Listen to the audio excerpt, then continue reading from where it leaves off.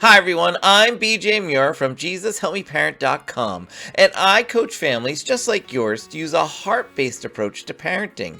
So if you want practical parenting solutions that bring a change of heart that lasts in your child rather than just simple temporary behavior changes, go ahead and hit that subscribe button right now. In this video, we're going to be answering the question, how do you get your kid to follow directions better? And it starts off with this email from Kira. Kira writes, "Hi BJ, we've been practicing the instruction routine this last week and it's going well, but I'm wondering if we really need to expect our kids to check back in with us when they're done with what we tell them to do. Will it make our kids think we don't trust them?"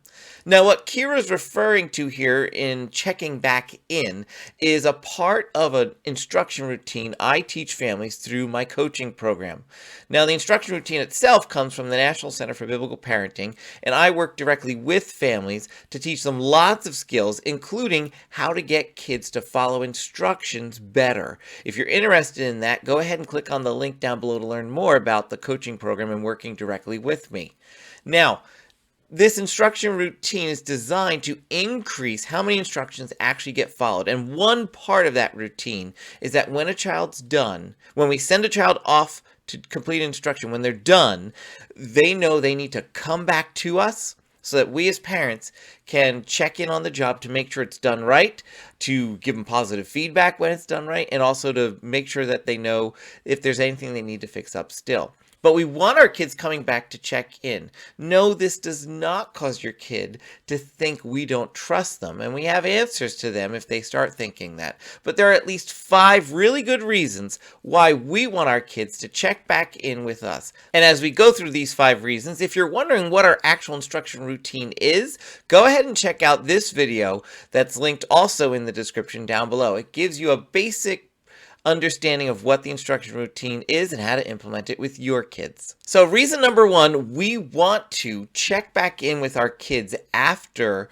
they complete a task, after they complete instruction, is that this communicates firmness and the expectation that the job needs to get done. We want to help our children develop this inner sense of responsibility and obligation. We want our kids, when we tell them, hey, you need to go hang up your jacket and come back and check in with me. You need to make your bed and come back and check in with me. You need to clear the table from the lunch dishes. Come back and check in with me. The reason we want to say that extra check in with me piece is we want to build this inner sense of responsibility. We want them to leave us saying, okay, mom, or okay, dad, but with this feeling that I'm on a mission, I got to get something done because my parent expects something of me right now.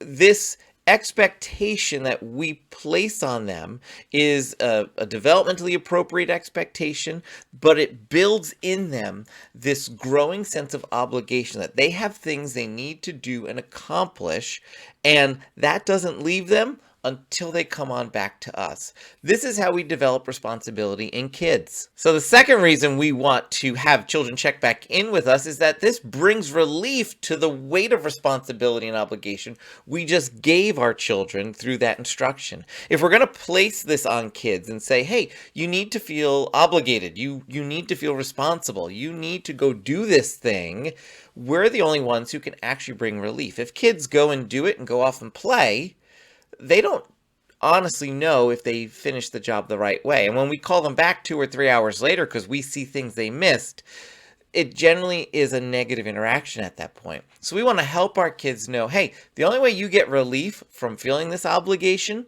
is by coming back and checking in with me. And that allows us to follow up with them, to check in on the job, and to give them some feedback that helps bring a sense of, hey, this is done. The third reason why we want our kids to check back in with us when they're done following our instructions is that it allows us, when we go and check the job, to give them positive feedback and to build relationship. When our kid comes back to us and says that they finished making their bed and picking up their room, when we go with them to their room together to check how the job was done, we get to say, hey, wow, great job. I love how well you made your bed. I love that you picked up your pajamas off the floor. You know what? I know I didn't ask you to do this, but you even opened up your curtains on your windows. Thank you so much. We get to give specific positive feedback to our kids, and our kids light up over that. We build closeness in the relationship. And the reality is, when we have a close relationship with our children, it helps us get more things done in family life. Reason number 4 that we want our children to check back in with us when they finish instruction is that it provides us an opportunity to coach for correctness. Now, maybe in the last point you were hearing me say you're going to give positive feedback to your kid when they do it well, and you're thinking, what if my kid messes up? What if they don't do it the right way? That's where this comes into. You can always find something positive to say about the way a kid completed a job. Even if the bed is a mess, you can at least say, wow, I can see you really did a great job attempting to make that bed perfectly. I love how you were willing to go do it. You know, we can say something like that, even if the bed is not that good. But we want to have this opportunity to coach our kid, to stand on the sideline of our kid's life game and to be able to say, great job, keep on going. Hey, let me show you a little something.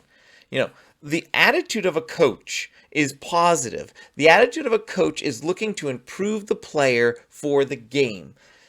The coach is not looking to destroy the player, to take the player down because the game's going poorly.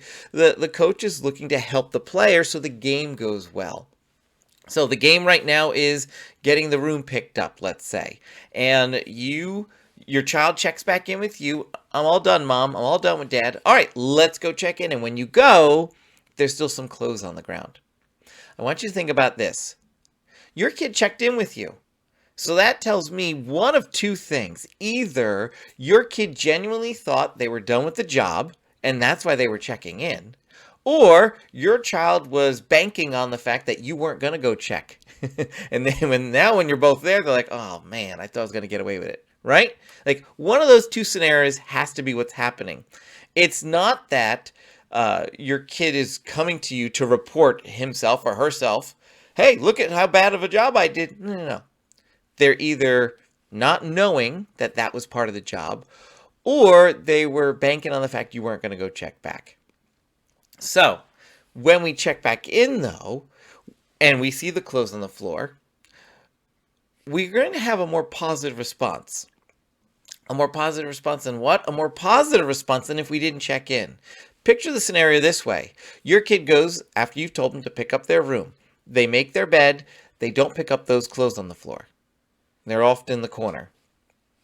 They go out and play in the backyard. They're playing for 2 or 3 hours. They love playing in that backyard. You happen to be walking up the stairs past their bedroom 3 hours later, and you notice the clothes on the floor. What goes through your mind? Is it, oh, I'm sure my child didn't know better? Or is it, I can't believe that lazy kid? And now you get upset. And now you start, open up the window, yell for them to come inside, and it is all negative at that point. You're not taking a coaching stance, right? You are a referee who thinks a player broke the rules. We can avoid this whole negative interaction by just going when the job is done. See, you might be saying, oh, this takes a lot of time to go check back in. You're spending the same amount of time. It's just when are you spending that time and how much emotional energy and in what direction is that emotional energy going in when you spend that time.